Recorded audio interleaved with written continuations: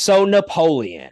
Ridley Scott has a particular knack for directing historical epics. This is certainly not his first one. I mean, his very first movie, The Duelists, is a historical epic. He won a slew of Oscars with Gladiator. Kingdom of Heaven is another one. And he's also recently coming off of The Last Duel, which was a mildly successful movie, but it was a movie that Mhm. had a lot of star power.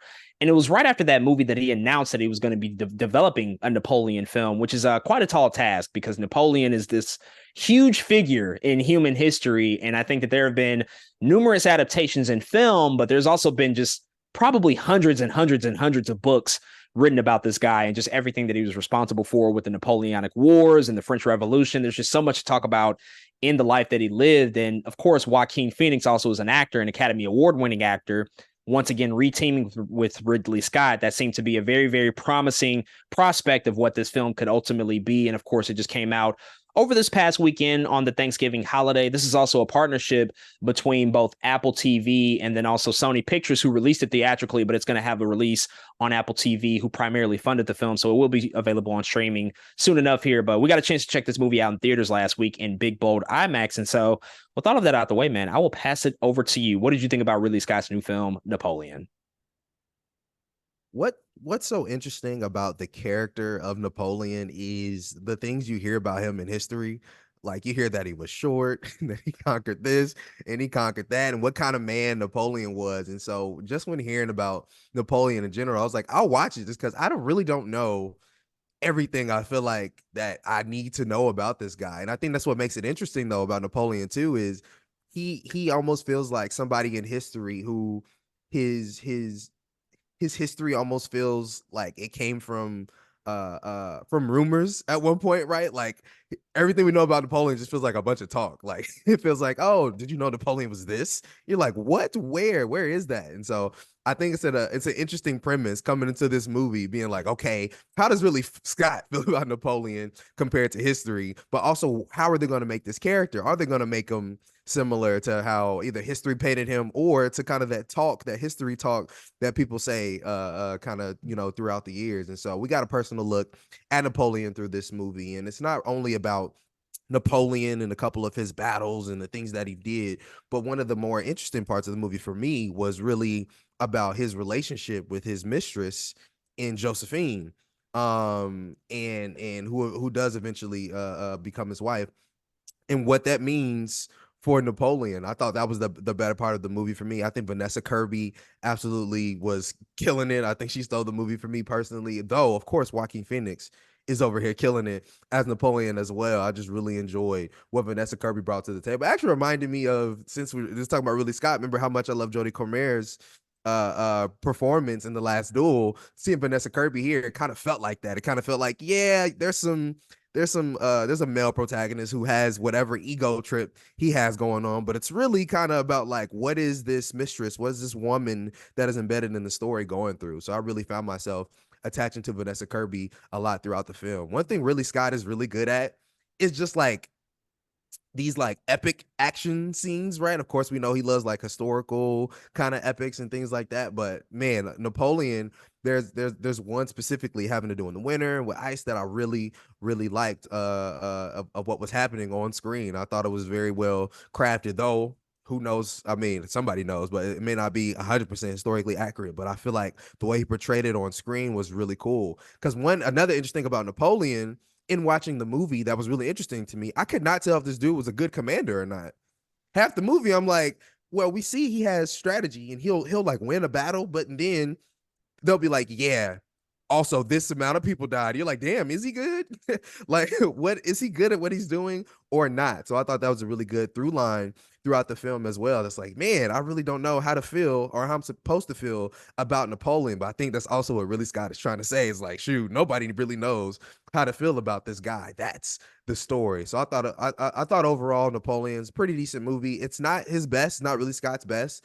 And I actually think it's going to perform really well on Apple TV Plus too. I think people are interested in not only Ridley Scott movies, but even again, Joaquin Phoenix is in it, and it is a historical drama action piece. I think people are going to sit down and take their time with it. But I think overall, it's a fine movie. My complaint, to be honest, is that there are certain parts of the movie I'm like, wow, we are still here watching this thing. And it's not the longest movie. It is pretty long, don't get me wrong, but it's still it could have been longer, which is the crazy part about it. It could have been longer. And so I just felt myself having fatigue through certain parts of the film. But I think when Napoleon was at his highest, when it was at its loudest, to be honest, that's when I was the most engaged, is when that was happening. Either that or everything happening with Josephine and Vanessa Kirby's character. That's when I was the most engaged in the story. But overall, fine film. Just not Ridley Scott's best. So I think coming into Napoleon, it was a situation where, again, as I said, this is a guy who is just such a huge figure in human history that because there's been so much material written about him or displayed about him on screen or in documentaries, I think that a part of the legend of Napoleon, because he lived a relatively short life, like the guy died in his 50s, I believe, but he just did so much. He kind of seems like a figure that's almost unadaptable because there's Mm-hmm. just a large amount of story to tell in terms of his war strategy or his relationships or how people viewed him, the perception, because a lot of that stuff with him and Josephine, even at that time, what's also interesting that I think the movie does slightly tap into, although it probably could have went a little bit deeper, is that they were celebrities during their time because of how Mm-hmm. their relationship started, because of the fact that they can't bear children for such a long time.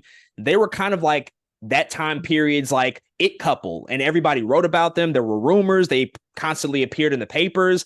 Like this Yeah. guy was actually a celebrity to France and to that particular community of people at that time. And so there's also that element. There's just so much to really tell about Napoleon. So it almost felt like it was an unadaptable story. And so, one, I have to just, give kudos to Ridley Scott for even attempting to tell this really, really massive story because there's so many different angles that you can really tap into it from.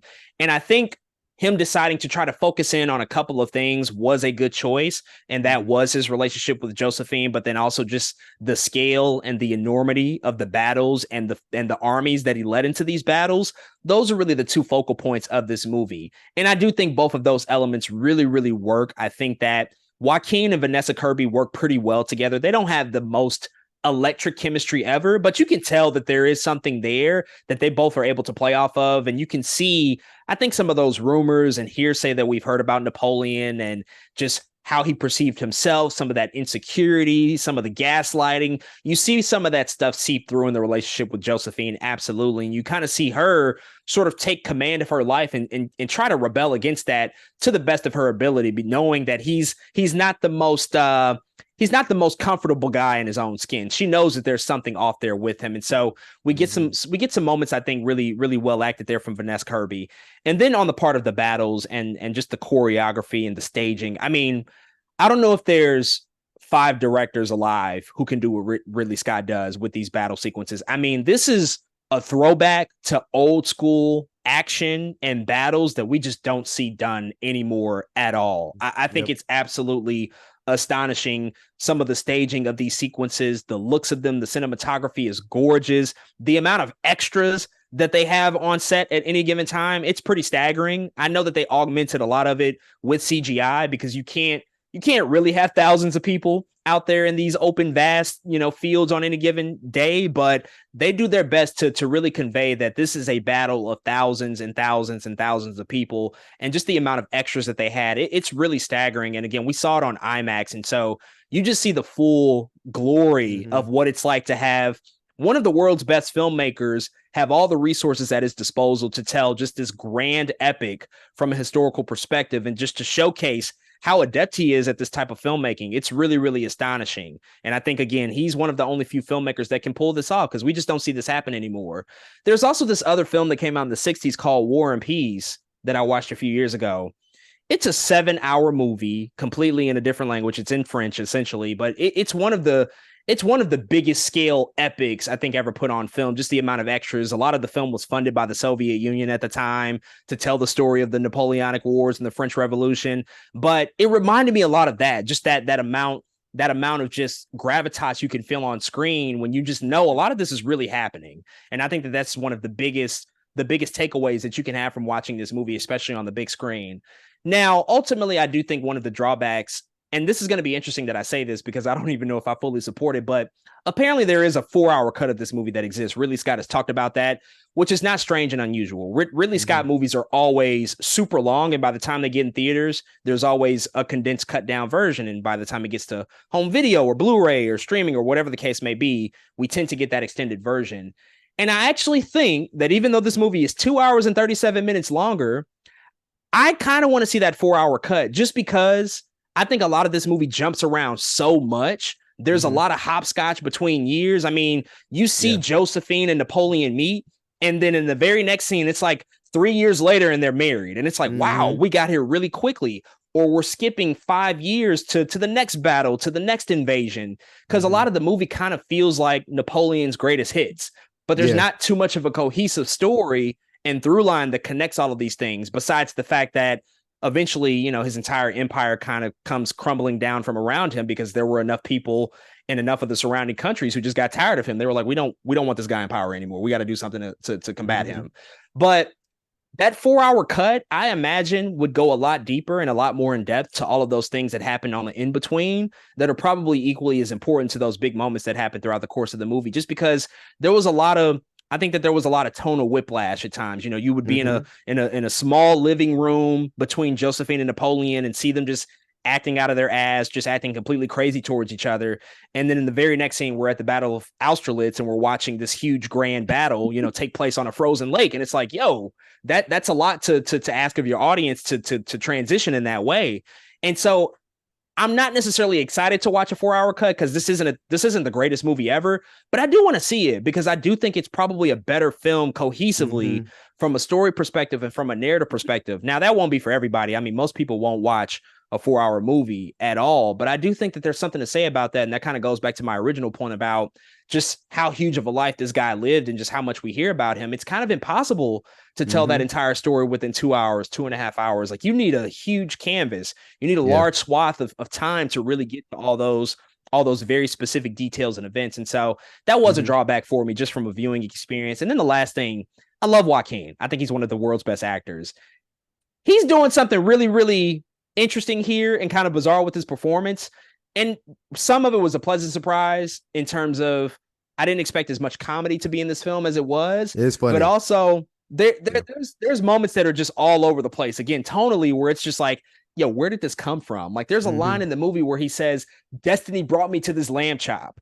I guarantee you nobody would have expected that line to be in a Napoleon movie directed by Ridley Scott. Like, you just wouldn't expect that.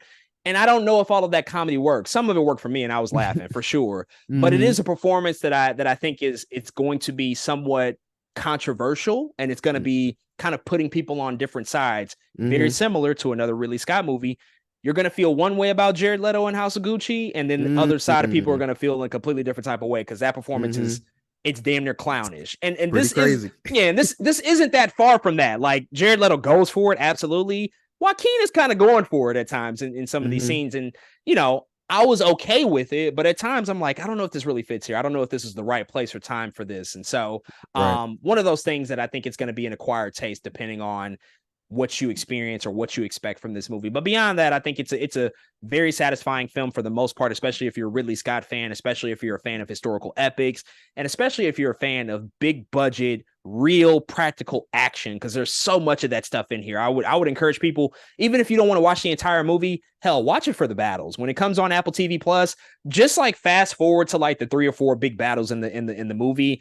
I guarantee you'll be awed and wowed just at the technical prowess that's on display there. And so we'll ultimately have to see potentially what a 4-hour cut looks like if that does ultimately come out. But folks, those are all of our thoughts on the brand new Ridley Scott film, Napoleon. If you've checked this out, definitely hit us up and let us know what you think.